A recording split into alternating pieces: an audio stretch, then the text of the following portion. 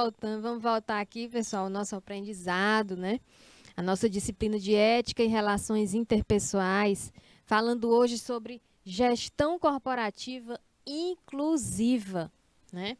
Começamos a falar sobre a questão da inclusão, sobre a questão dos direitos, falando sobre todos são iguais perante a lei, né? Mas nem todos têm o direito igual. Os desiguais não têm um direito igual. O que pode ocorrer no máximo é uma minimização de alguma diferença para ele ter um pouco de direito, né? Mas isso é analisado antes, certo? Falamos da questão de cotas para negros, índios, né? Falamos a questão de outras cotas, seguro-desemprego, isso tudo para diminuir as diferenças, diminuir as desigualdades. Mas continua, o que a gente quer acabar é com as desigualdades, a gente quer acabar por um fim, né? E não só diminuir, certo?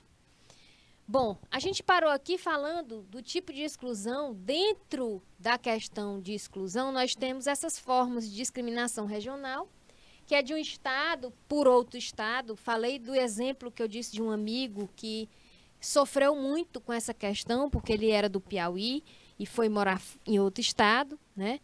Concorrendo a uma bolsa de estudo de pós-graduação, se classificou, foi o primeiro lugar, mas depois tiraram ele, dizendo que não podia, colocaram em primeiro lugar outro da instituição de lá, do mesmo estado, né? E aí a gente ia começar a falar sobre intolerância religiosa. Intolerância religiosa tem muita relação com a liberdade de expressão, né? E ao pensamento sobre a concepção de limite do indivíduo. Por que ter uma religião igual ao que o outro quer que eu tenha? Eu não posso escolher? Eu não tenho a minha liberdade de expressão. Já falamos sobre liberdade de expressão. A liberdade de expressão é diferente da liberdade de ofensa. Eu tenho minha liberdade de escolha, eu tenho minha liberdade de me expressar, eu tenho minha liberdade de dizer qual a minha religião. Né? Mas o outro, por entrar em discordância, em conflito com a minha escolha, né? Ele se sente no direito na liberdade de ofender. E isso está errado. Tá? Primeiro, quando você não tem o respeito pela religião do outro, você deixa de praticar a sua religião. Porque a religião, nenhuma doutrina prega o preconceito. Nenhuma religião, nenhuma doutrina prega a discriminação. Nenhuma religião e nenhuma doutrina prega a falta de respeito, prega a ofensa ao irmão, ao próximo, ao outro. Então, por que ter essa intolerância religiosa? Por que ter essa discriminação? Vocês estão entendendo? É por isso que tem aquela frase, a partir do momento que você desrespeita a minha religião, você para de praticar a sua. Né? Quantos e quantos casos já passaram na televisão de vizinhos brigando com outros vizinhos, né? Ofendendo, até matando. Não é verdade? Porque não é católico, porque não é crente, porque não é protestante, porque não é evangélico. Aí começa a criticar a escolha do outro. Você não critica, não é a religião, você critica a escolha. Porque não está fazendo o que você acha que é certo. É esse o problema. Aí começa a discriminação. Aí começa a falta de respeito. Aí começa o preconceito. Tá? Exclusão social de ordem patológica. Falamos, né? A exclusão social de ordem econômica, né? Que simplesmente a pessoa é excluída por não possuir o mínimo de recursos financeiros, né? Para quê? para ter uma dignidade, certo? Falamos também da exclusão social de ordem social, né? De ordem social onde a pessoa se isola, né? E agora de ordem patológica, conforme Costa, a exclusão de ordem patológica, ela pode ser causada por ruptura familiar, como o abandono de doentes psiquiátricos. Aquelas famílias que abandonam um filho, que abandonam, né, um pai, que abandonam um sobrinho, né, que abandonam a mãe por conta de doenças psiquiátricas. Exclusão social de ordem patológica. Casos, gente, casos onde filhos mandam os pais e as mães para asilos porque o pai e a mãe começam a apresentar Alzheimer. Todo mundo um dia vai ficar esquecido. Todo mundo um dia vai ter algum problema psiquiátrico. Isso aí ninguém escapa. Hoje ninguém vai escapar disso. Né? Aí, por conta disso, a exclusão começa de onde? Pessoal, a discriminação, ela começa no seio familiar. Quando uma pessoa ela é discriminada, ela sofre um preconceito de dentro da família, já dentro da família, ela é fragilizada para se defender fora. Ela se torna uma pessoa insegura, indefesa, porque o que ela procura é apoio na família. E não tem.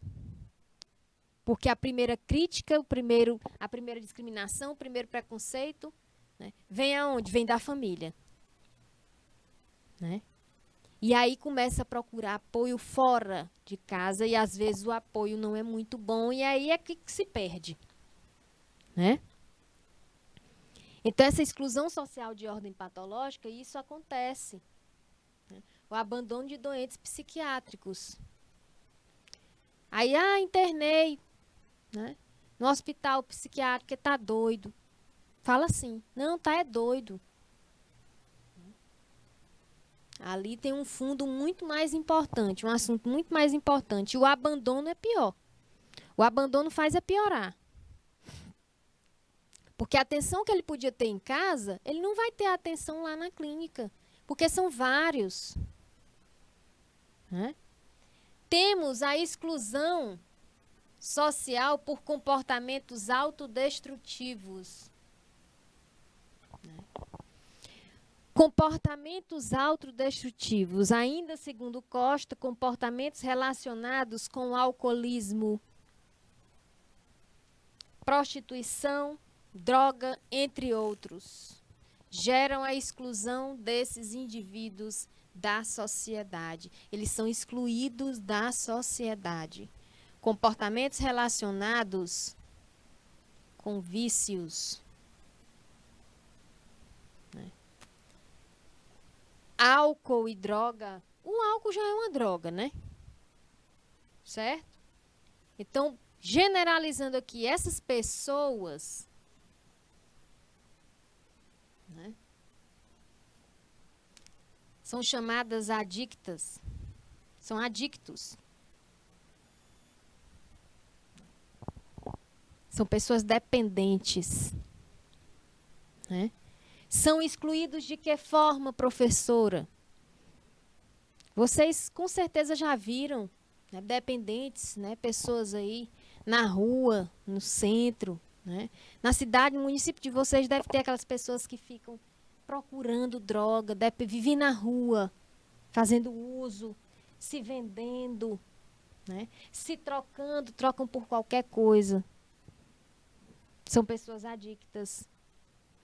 Para essas pessoas entrarem na sociedade para trabalhar, muitas vezes são pessoas que já têm sua formação, a maioria, já são formados, já tinham um trabalho e entram nesse mundo, porque é uma doença. A adicção é uma doença, né? Entram nesse mundo, né?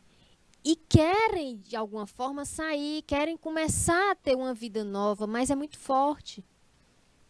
E aí começa o quê? Eles se sentem isolados, eles se sentem excluídos, porque a sociedade exclui mesmo. Porque perdem a confiança.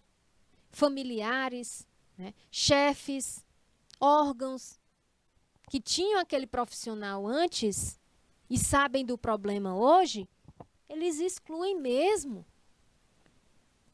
Porque eles passam a não confiar mais. Então, isso é difícil para uma pessoa. Tá? Então, tinha que haver uma forma para amenizar essa questão, para diminuir, minimizar, né, essa exclusão. Outras formas de exclusão, como discriminação por gênero, mulher e homem, né? E há outras formas de discriminação e exclusão social. O gênero não é sinônimo de sexo, pois o gênero na espécie humana classifica-se em masculino e feminino. Há uma discriminação de gênero, sim. Tem empresas que pagam mais os homens do que as mulheres. Como assim, professora? Vamos supor, né, que tem uma seleção numa empresa, né, selecionar candidatos, e aí tem mulheres e homens com a mesma formação, mesmo treinamento, mesma capacitação, mesma experiência, né? E aí vamos supor que tem uma mulher que entra na seleção, né? Certo? Sabendo mais capacitada, mais qualificada. O salário dela, tem empresas que pagam menos do que o salário do homem. O homem vai ganhar mais. Isso é discriminação. Certo? Em relação à questão dos gêneros, Safiotti destaca que a sociedade não está dividida entre homens dominadores de um lado e mulheres subordinadas de um outro. Não existe mais essa divisão. Não existe mais essa divisão de homens, os homens dominadores, né? Os homens que mandam, os homens que trabalham, a mulher submissa e subordinada, não, a mulher não vai trabalhar. Ela não está mais dividida assim. Tá? Os homens que dominam outros homens, há homens que dominam outros homens e mulheres que dominam homens. Isso equivale a dizer que o patriarcado, o sistema de relação social que garante a subordinação da mulher ao homem, não contribui o único princípio estruturador da sociedade. Certo? Outros, entre eles, aparência física. Pessoa obesa, pessoa magra, pessoa baixa, pessoa alta. Né? Tem uma discriminação. Né? O obeso, muitas vezes, ele se torna lento, né? Com pouca disposição. A pessoa obesa, ela fica com pouca disposição para fazer alguma atividade. Né? E isso faz mal para a saúde. Então, para alguma atividade que vai exercer muita função, onde a pessoa vai ter que estar todo o tempo se movimentando, é capaz de não contratarem uma pessoa obesa. Né? Outro fator, comportamento, opção sexual, modo de se vestir, forma de se expressar e outros. Né? Ainda tem essa discriminação. Idade e outros.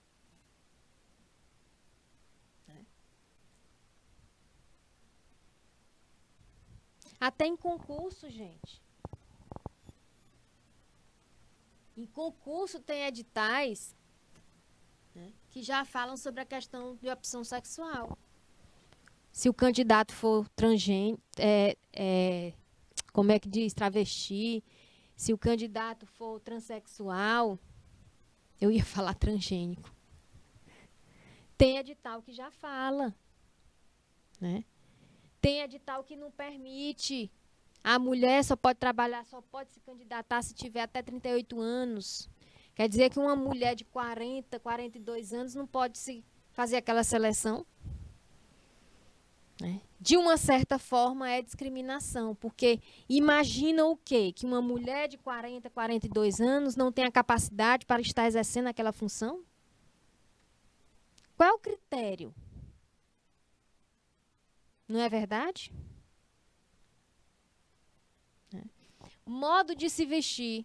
Quero dar uma atenção aqui para vocês, tá? Sobre a questão de modo de se vestir e forma de se expressar, já já a gente fala. Olha só.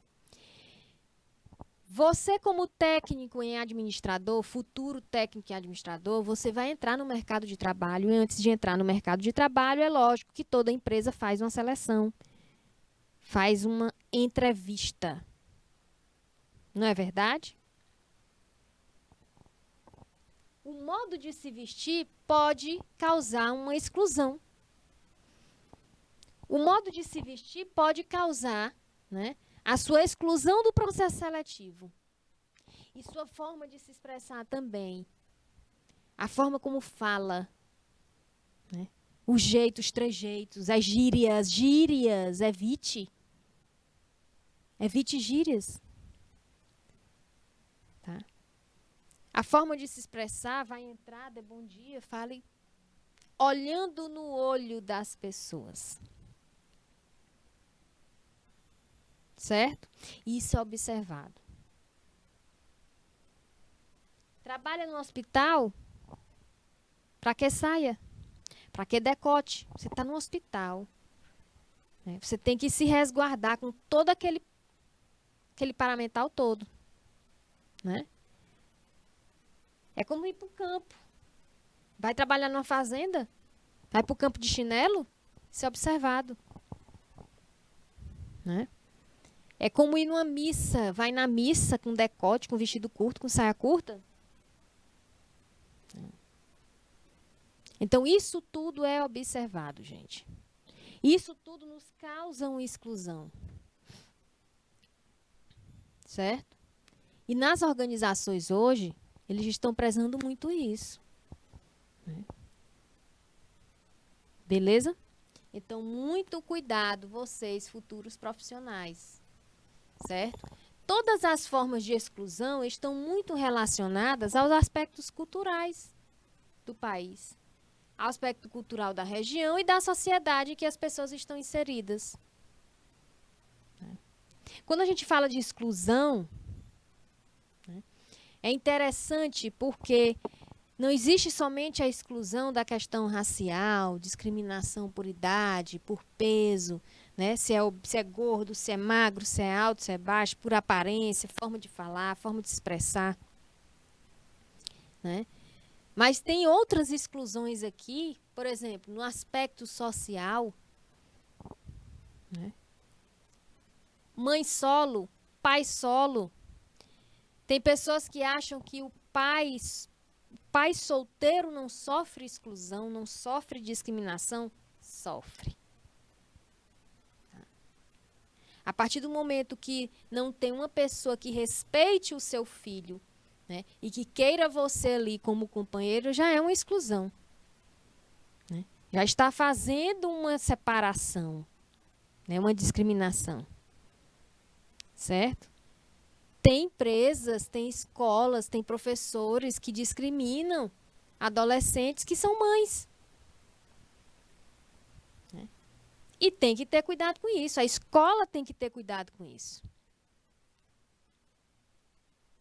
Eu lembro quando eu fazia um ensino médio e uma menina veio transferida de outro colégio religioso até, né? Na época. E ela chegou novinha, no ensino médio, gente. Né? Grávida. E todo mundo olhando, e eu perguntei, vem de qual colégio? Tu veio transferida? Aí elas, tive que transferir. Olha só. Porque o colégio não aceitava meninas adolescentes grávidas. Colégio religioso. É um preconceito. É uma discriminação. E a mãe solo sofre hoje ainda nessa sociedade onde existe tanta lei e existe uma legislação dizendo que todos são iguais perante a lei. Mas nem todos têm o mesmo direito. Os desiguais não têm o mesmo direito de um igual. Os diferentes não têm o mesmo direito. Eles são iguais perante a lei, ali. Né? Mas o diferente não tem o mesmo direito que um que não seja diferente. Vocês estão entendendo? Então, isso, gente, ocorre não só no âmbito familiar, essas exclusões, né? Esses preconceitos, essas discriminações. Isso ocorre no âmbito social, né? No dia a dia. Né? Eu tenho certeza que um de vocês já passou ou conhece alguém que já passou ou esteja passando por alguma questão de exclusão social. Tenho certeza. Todo mundo tem exemplo.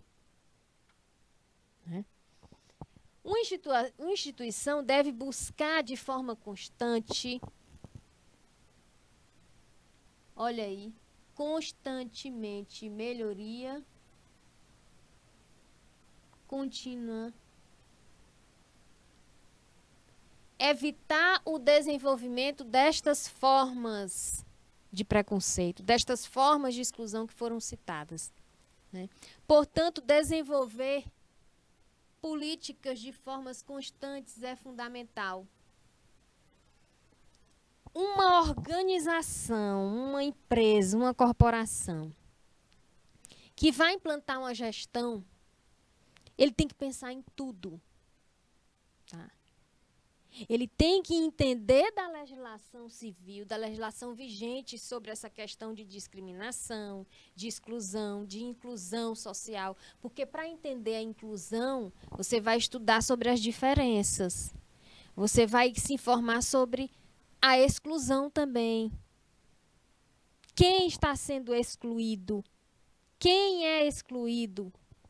Como eu posso pegar um excluído para incluir?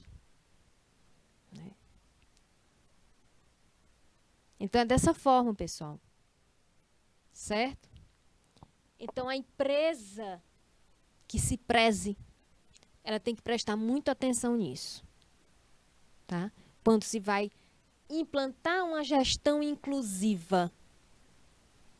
Nós vimos que a inclusão social ela é bem abrangente. É mais do que o quê que a gente citou no início da aula? É mais do que alimento, fornecer alimento, né? Não é isso? É mais do que ter ali uma moradia. O mínimo de dignidade é mais do que isso. Entre as políticas, é possível citar aspectos mencionados nos capítulos anteriores, mas fundamentalmente o quê?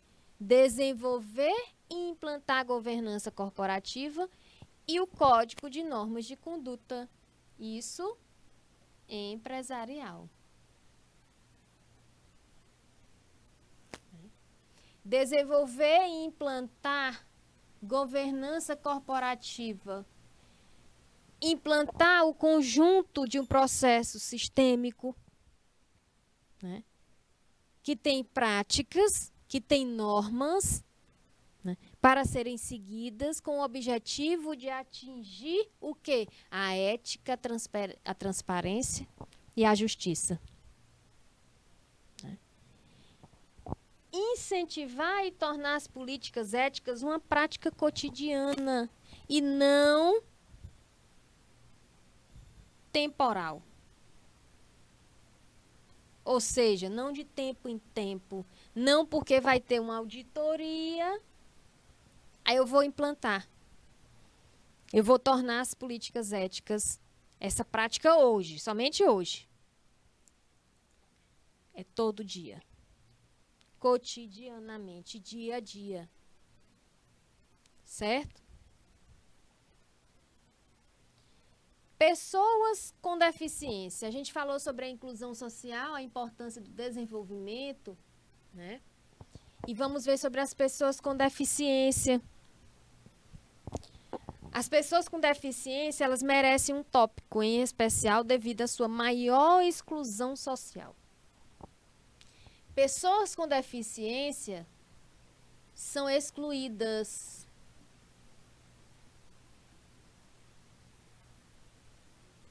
Tá? Pois muitas vezes têm dificuldade até de estudar ou frequentar ambientes por fatores limitantes, como falta de planejamento das instituições ou falta de políticas públicas e privadas. A pessoa deixar de estudar, dificuldade de estudar ou frequentar ambiente, porque a escola não é adaptada para aquela deficiência. Quando eu falo aqui deficiência, a gente pensa o quê? Que é só deficiência motora, né? É a falta de um braço, a falta de uma mão, a falta de um pé, a falta de uma perna. Não. Temos a deficiência visual, a auditiva. Né? Temos a fala, a gente pode ser mudo. Cego, surdo e mudo. As escolas estão preparadas para receber, né? Abrir as portas para essas pessoas? A exclusão começa daí.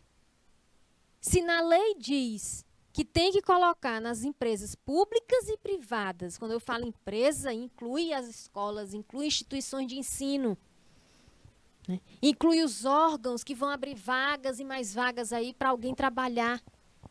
Se a empresa diz, se a legislação diz que tem direito, que tem a cota para deficiente, pois prepare o seu local, o seu ambiente de trabalho. Prepare a sua escola. Prepare os professores também que terão que ser capacitados, treinados para receber essas pessoas deficientes. E isso não ocorre. Sabe por quê? Porque acham caro. Devia multar a escola que não aceitasse, né? Devia multar o órgão que não abrisse vaga para deficiente. Eu acho que assim resolveria um pouquinho, né, o problema. Certo?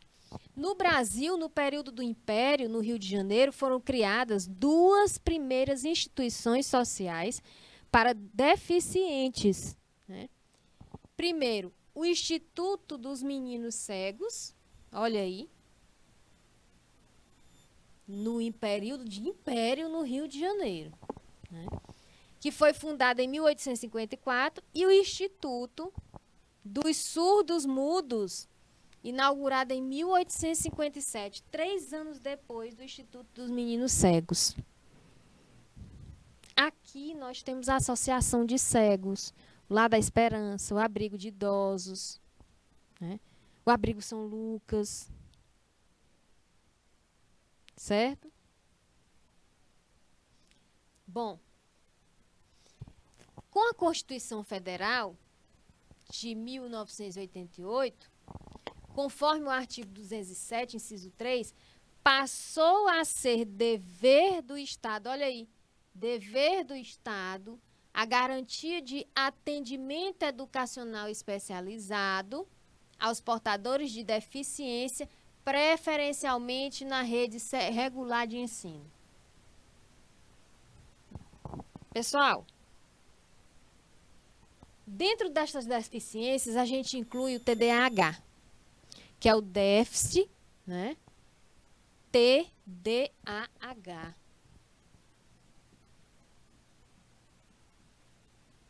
Que é o transtorno de déficit de atenção e hiperativismo. Já ouviram falar? Né? Está incluído também nessa questão de inclusão, né? Autistas, né? Portadores de síndrome de Down. Aqui, nós tínhamos uma cooperativa de ensino, né? Já fechou essa cooperativa. Uma cooperativa de ensino que atendia do ramo especial, do ramo educacional, né? Que tinha, maioria não, todos os alunos tinham uma deficiência, né? Uns eram mudos, outros eram surdos. Tinha alunos lá que era cego, surdo e mudo. Alunos nessa instituição de ensino, né? E o que eu me admirava quando eu entrava nessa instituição de ensino, porque a minha mãe dava aula lá, né? Ela era artista plástica, ela dava aula de artes, né? E era interessante porque eram alunos com essa deficiência e a gente via a vontade de aprender, a vontade deles de aprender, né? Ou seja, eles são capazes. Uns, da época que fechou para cá, uns já estão na universidade, outros já terminaram a universidade, já são profissionais, já trabalham. E a sociedade exclui essas pessoas, né? Tem escolas que não são capacitadas para receber alunos, né? Filhos de casais, amigos meus, com uma filha com problema, tinham um problema de todo ano, né, pedir encarecidamente, eu vou matricular minha filha. Não, a gente não quer mais sua filha aqui. Porque a menina, ela tinha transtorno, né? Ela tinha um déficit de atenção muito grande e ainda era hiperativa, né? Então, a escola não estava preparada para isso. Tanto que acontecia do pai e da mãe todo ano, por favor, a gente não tem onde colocar. Não tem um colégio aqui em Teresina que aceite. Mas tem. A questão é que tem que colocar o nome na fila, na lista. Tem colégio, tem um colégio especializado, né? Então, infelizmente, empresas públicas, empresas privadas, né, não estão preparados. Por quê? Porque os gestores acham caro. Mas o que é caro, professora? Capacitar os professores. Porque os professores terão que ser capacitados, terão que receber treinamentos para atender essas pessoas, tá? As empresas devem não apenas prever procedimentos em suas normas de conduta. Quer dizer, os procedimentos não devem estar somente nas normas de conduta. Um deficiente físico, um deficiente motor, está lá na norma de conduta, no planejamento, em todo o design da instituição, rampas. Na realidade, não existe rampa. Como é que um aluno cadeirante vai entrar na escola se a calçada é alta? O pai, para descer do carro, tira o filho, bota o filho sentado na calçada alta, depois joga cadeira de rodas, depois sobe aquela calçada, capaz até do filho cair. Isso acontece, não é exagero não, gente. Tenho certeza que vocês já viram isso, já viram alguém passando por isso, né? O estudante chega, o aluno, a criança deficiente, cadeirante, chega na escola. Cadê a carteira? Não, já está sentado na cadeira. Sim, mas cadê a mesa adaptada, do tamanho ideal para que ele possa puxar a cadeira e botar a mesa ali por cima dele, como todos os outros? Cadê? É por isso que nos concursos agora, né, já diz, possui alguma deficiência. Antigamente, por exemplo, não é uma deficiência, mas é um exemplo interessante. Quem é canhoto, para fazer uma prova no colégio, antigamente era complicado. Hoje não, nas escolas já tem a carteira canhota, né? Nos concursos, o candidato bota lá que é canhoto, vai estar lá a mesinha destinada para ele, na sala. Então tem que ser assim. Ah, eu sou cadeirante, vai entrar na sala do concurso, pois tem que ter alguma coisa adaptada ali. Só a candidata cadeirante senta aqui nessa mesa. Venha para cá, está aqui a mesa que você vai fazer sua prova, né? Ah, eu tenho deficiência visual, só de um olho. Mas você escolhe se quer sua prova em braille ou não, né? Agora, o totalmente deficiente, com deficiência visual, ele faz a prova em braille. Certo? Não sei como é a questão de um deficiente auditivo. Né? Quando vai fazer uma prova, por exemplo, um concurso da polícia, não sei como é. Né? Ele deve receber algum sinal na hora da prova prática, né? Dos exercícios. Ele deve ter alguém ali dizendo, está na hora de começar, está na hora de terminar. Não sei como funciona. Mas a sociedade, os órgãos, têm que estar atentos para receber pessoas assim. Portanto, entre as ações possíveis das empresas para a inclusão de pessoas com deficiência, é possível destacar o seguinte, entre as ações: planejamento da infraestrutura. Infraestrutura a gente lembra de quê? De edificação, de instalação, de construção. Então, primeiro, planejar a infraestrutura para contemplar desde a edificação até a instalação ou objetos apropriados. Pessoal, o idoso, quando ele vai, a pessoa idosa, quando ele vai chegando na fase para ficar idoso, ele perde o equilíbrio. Quem tem pai e mãe idoso, muito idoso, quem tem avó ainda, sabe? Ele vai perdendo o equilíbrio, vai perdendo noção de distância, reflexo. Vai perdendo. Isso é natural, isso é normal. O que é que a família tem que fazer? Se for um idoso que precisa de acompanhamento para tomar um banho, a família tem que mudar as instalações do banheiro. Tem que adaptar, fazer adaptações. Né? Aquelas barras, né? Aquelas alças para você ficar no banheiro se segurando. Né? Na casa da minha avó, quando ela ainda era viva, lá em Floriano, o banheiro foi todo adaptado. Como ela era idosa, não tinha mais como se abaixar no sanitário, então colocou um aparelho em cima do sanitário para que ela não pudesse se abaixar totalmente e sentar, para que ficasse mais fácil a posição dela. Né? Praticamente quase em pé, fazendo as necessidades. Tá?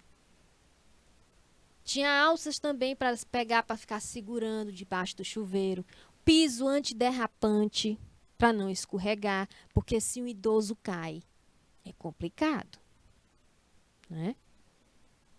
Certo? Portas, aumentar as portas, porque chegou um tempo que ela tinha que andar de cadeira de roda. Então, as portas eram estreitas. Então, tudo isso teve que se adaptar. Né? A infraestrutura pode prever aspectos como rampa, foi colocado rampa na descida da cozinha para a área externa. Né, dos quartos, tudo foi colocado, tudo foi adaptado. Toda a infraestrutura da casa, da residência foi adaptada. Né? Corrimão, elevador, banheiro adaptado, barras de apoio e outros. Né? Ainda sobre o planejamento da infraestrutura, é importante destacar que esses são exemplos de adaptação. Né? Para cadeirante ou outros deficientes com dificuldade de locomoção, mas há deficientes visuais, auditivos, enfim, com outras necessidades. Né? Destaca-se que o investimento para adaptação de um prédio para deficientes, muitas vezes, é mais caro. Investir para adaptação é mais caro do que a construção dele adaptado. Ou seja, tem que construir já com adaptações. Porque se for adaptar depois de construído, é mais caro. Por esse motivo, a contratação de um profissional no momento anterior ao início da obra, sempre que possível, é o mais adequado. E detalhe, quando se trata de deficientes em empresas, os deficientes, né, os chamados na lei de diferentes, né, eles têm que estar presentes dizendo qual treinamento que será mais eficiente para eles, para os colegas aprenderem a lidar com aquela situação, com aquela deficiência. Certo? Políticas e práticas cotidianas. Além da política de contratação, olha aí, treinamento, inclusão e adaptação dos deficientes, há necessidade de quê? Política para as pessoas receberem de forma adequada as pessoas com deficiência, ou seja, as escolas têm que capacitar os funcionários, as empresas públicas e privadas, os órgãos têm que capacitar os funcionários para receber esses deficientes. Porque você pode ter um cliente interno, ou seja, o seu colega de trabalho pode ser um deficiente. Né? Você pode receber um cliente externo com deficiência, então você vai receber, você sabe como lidar com aquela situação. E para isso existe treinamento. Se uma empresa possui deficientes, eles são as pessoas mais indicadas e interessadas para auxiliar na elaboração dessas políticas. Portanto, é fundamental a participação dos deficientes na elaboração das políticas inclusivas. Exemplos de ações inadequadas, ou seja, exemplo de ação incorreta.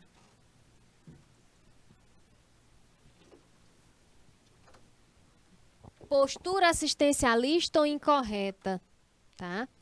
O grupo de funcionários da empresa tem a concepção de que o deficiente é incapaz. Tem gente que pensa assim, que um deficiente é incapaz. Quem nunca pensou? Olha para um deficiente passando, aí fica pensando, ô, minha gente, tadinho, tadinho. Tadinho é você que está pensando isso. Pode ser mais capaz do que você. Né?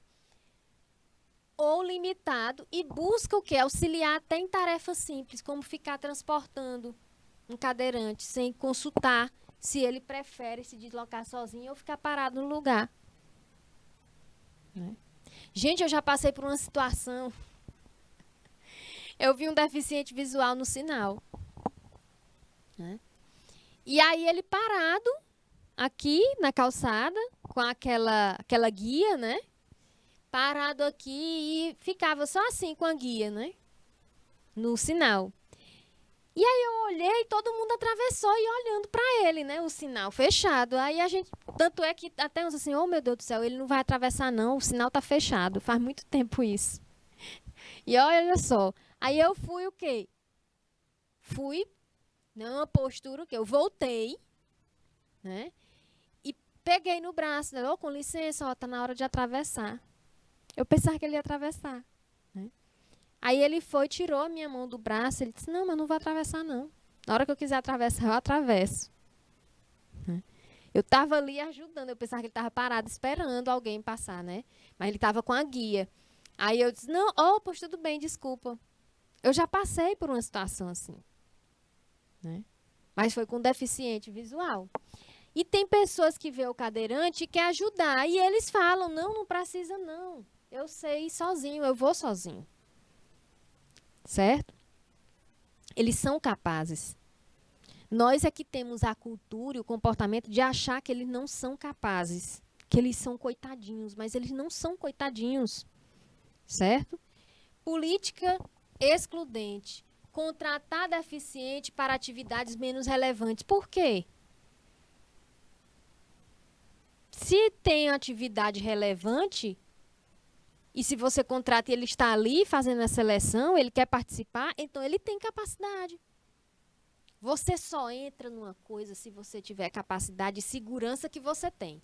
Se você está entrando, então você faz. Você vai fazer. Né? Contratar deficientes para atividades menos relevantes por considerá-los potencialmente incapazes. O correto seria contratá-los para cargos ou funções adaptadas às suas necessidades, pois é comum eles se superarem, né, e obterem alto rendimento. Conhecer a legislação. para pessoas com deficiência. As empresas devem conhecer a legislação para pessoas com deficiência, pois, além de ser importante para a inclusão social, evita processos judiciais, né? Ou seja, você deve conhecer não só, né, a legislação para pessoas com deficiência, você tem que conhecer a legislação como um todo, principalmente a norma de conduta, né, da empresa. Destaca-se que a Constituição Federal de 1988 proíbe qualquer discriminação no tocante a salário e critérios de admissão do trabalhador, portanto, de deficiência, portador de deficiência. Um exemplo que merece destaque é o Decreto 3.298, de 20 de dezembro de 1999, que foi criado para a inclusão dos portadores de necessidades especiais no mercado de trabalho e que define percentuais mínimos de pessoas portadoras de necessidade especial. E olha só, né? Do acesso ao trabalho. No artigo 36, a empresa com 100 ou mais empregados será obrigada a preencher de 2 a 5% dos seus cargos com beneficiários de previdência social, reabilitados ou com pessoa portadora de deficiência habilitada, na seguinte proporção: até 200 empregados, 2%. Até 200,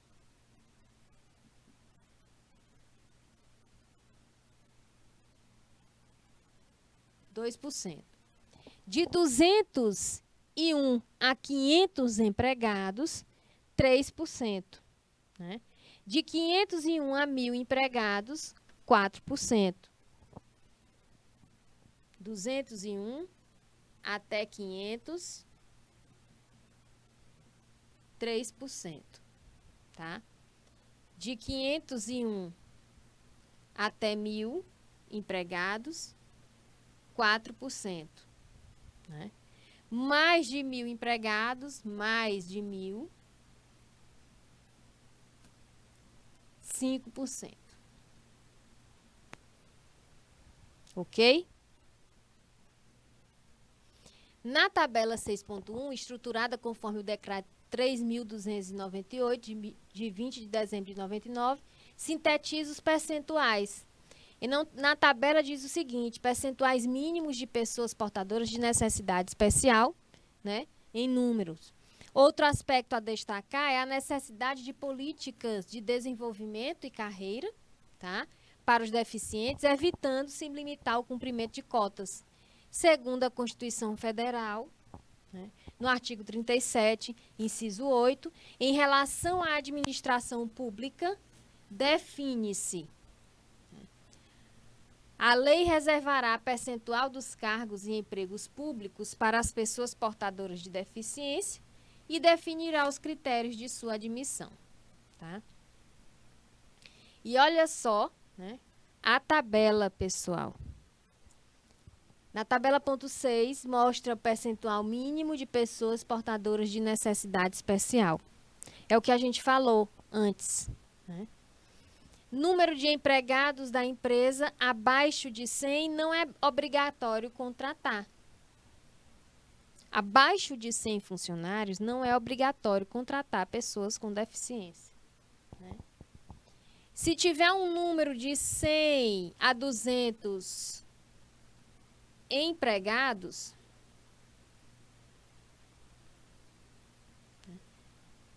quantidade de percentual 2%, equivalendo a 2 a 4, de 100 a 200, 2 a 4 com deficiência.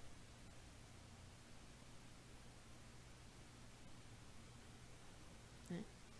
201 a 500, 6 a 15 com deficiência. 501 a 1.000, 20 a 40 com deficiência. Né? E mais de 1.000, 50 ou mais contratados com deficiência. Tá? Desenvolvimento de políticas inclusivas corporativas. Né? No capítulo que aborda o Código de Conduta Empresarial, são citadas formas de elaboração de ações inclusivas, sendo que, de forma sintética, pode citar o quê? Previsão no Código de Conduta às políticas inclusivas aos deficientes. Portanto, as empresas devem prever em suas políticas internas aspectos como busca contínua pela acessibilidade, né? Busca contínua pela acessibilidade e inclusão social e punição a qualquer forma de discriminação. O Código de Conduta tem que ter isso, certo? Punição a qualquer forma de discriminação.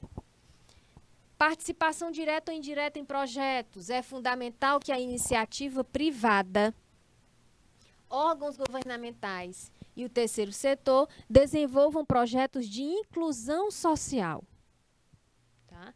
E de melhoria da qualidade de vida das pessoas. Pode ser sintetizado com as seguintes afirmações. Os iguais devem ser tratados de forma igual. Mas, conforme o princípio da isonomia, os desiguais devem ser tratados de forma a diminuir, minimizar essas desigualdades ou diferenças. Tá?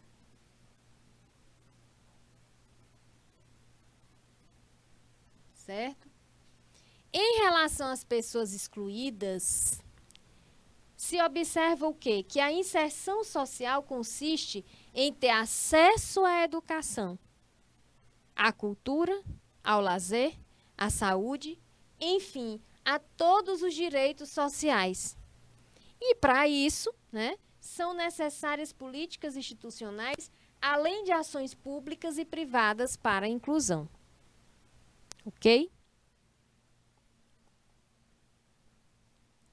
As empresas necessitam ter políticas claras de inclusão social para melhorar, né, para a melhora da sociedade e para atender os aspectos éticos e legais.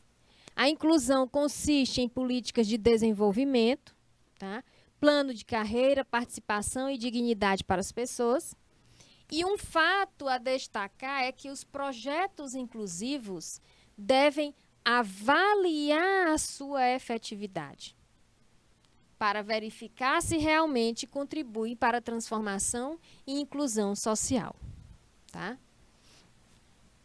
Bom, e vamos revisar, né, essa aula com questionamentos, certo? Segundo a Constituição Federal, todos são iguais perante a lei e, portanto, é possível afirmar, olha só, todos são iguais perante a lei. Isso está onde? No artigo 5º da Constituição Federal de 1988. Tá? Então, qual é a alternativa? Segundo a Constituição, é possível afirmar que no Brasil, pessoas em situação diferente devem ter direitos iguais? Pessoas em situação igual devem ter direitos iguais? Brasileiros devem ter mais direitos no país do que os estrangeiros? É isso que diz a Constituição? Pessoas com idade acima de 60 anos não podem ter direitos diferentes das outras pessoas? Todos têm o mesmo direito, não importando as diferenças. O que é que vocês acham? Vamos lá? Pessoas em situação igual devem ter direitos iguais. Princípio da isonomia, né? Os iguais têm direitos iguais. Os diferentes, que são os desiguais, procuram minimizar essas diferenças para ter os direitos dele, né? Conforme o princípio da isonomia, os desiguais devem ser tratados de forma a minimizar essas desigualdades. Todos têm o mesmo direito, independente das diferenças. Todos são iguais perante a lei, né? Todas as pessoas têm o mesmo direito, independentemente do gênero ser masculino ou feminino. As pessoas deficientes não podem ter direitos diferentes, pois isso seria uma discriminação? O que é que vocês acham? Conforme o princípio da isonomia. Nós vimos o princípio da isonomia e o princípio da igualdade. Não foi? Vamos lá?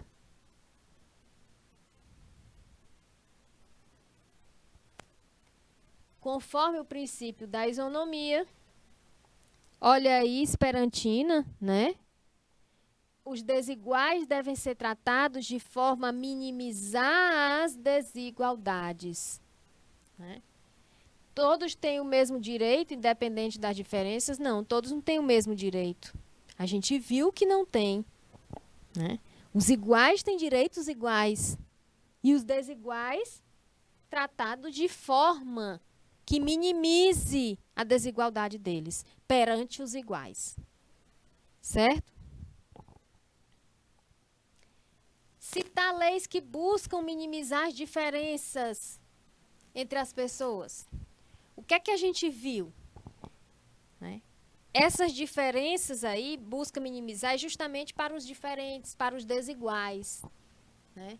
Minimizar as diferenças para o tratamento